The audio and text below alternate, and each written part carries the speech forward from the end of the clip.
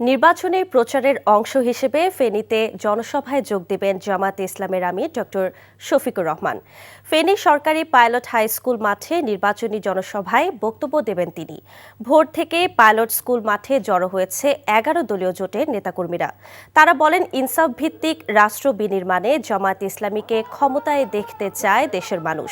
দুদিনের সফরে ফেনী সহ আরও ৩ জেলায় নির্বাচনী জনসভা করবেন ডক্টর শফিকুর রহমান। ফেনীর পর নোয়াখালী, লক্ষ্মীপুর ও কুমিল্লায়ও বক্তব্য রাখবেন তিনি। এই মুহূর্তে ফেনীতে জামায়াতের জনসভা থেকে সরাসরি যুক্ত হচ্ছেন স্টাফ করেসপন্ডেন্ট নাজিবুর রহমান। নাজিব, জনসভায় লোক সমাগম কেমন দেখছেন এবং জামাত আমির ঠিক কখন বক্তব্য দেবেন?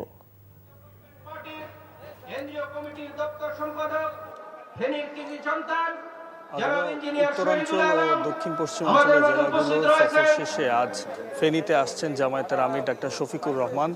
সকাল 10টা নাগাদ তার এখানে এসে উপস্থিত হওয়ার কথা ছিল, তা কিছুটা হয়তো বিলম্ব হয়েছে।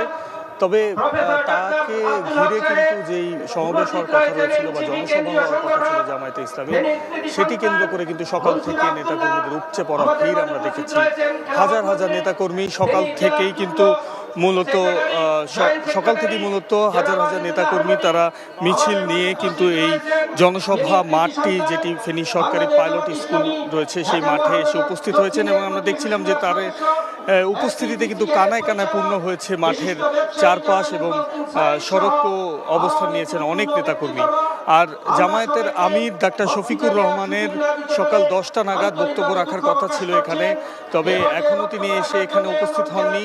আমরা ধারণা করছি যে হয়তো 15 থেকে 20 মিনিটের মধ্যেই তিনি এখানে উপস্থিত হবেন।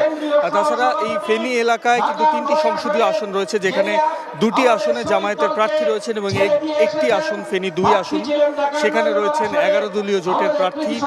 এবং তাছাড়া যদি আপনাদেরকে একটু জানাই যে 11 দলীয় জোটের অন্যান্য যারা শীর্ষস্থানীয় নেতৃত্ব রয়েছে, তারা কিন্তু এই জনসভা ইতিমধ্যে এসেছেন এবং এসে বক্তব্য রেখেছেন। তারা যেটি বলছেন যে বাংলাদেশে যেই ভোটকে কেন্দ্র করে যে গণজোয়ার তৈরি হয়েছে, সেই গণজোয়ারের পক্ষেই বাংলাদেশের মানুষ রায় দেবেন এবং দাঁড়িপাল্লার পক্ষেই তারা রায় দেবেন এবং 11 দলীয় জোট সরকার গঠন করবে, এমনটাই তারা প্রত্যাশা করছেন।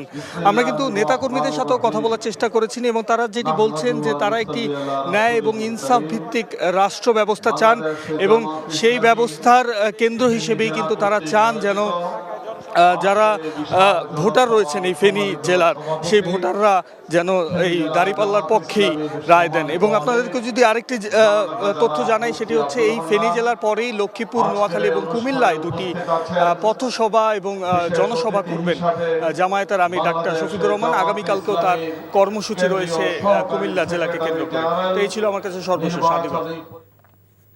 জানছিলাম ফেনীতে জামায়াত আমিরের নির্বাচনী প্রচারের খবর।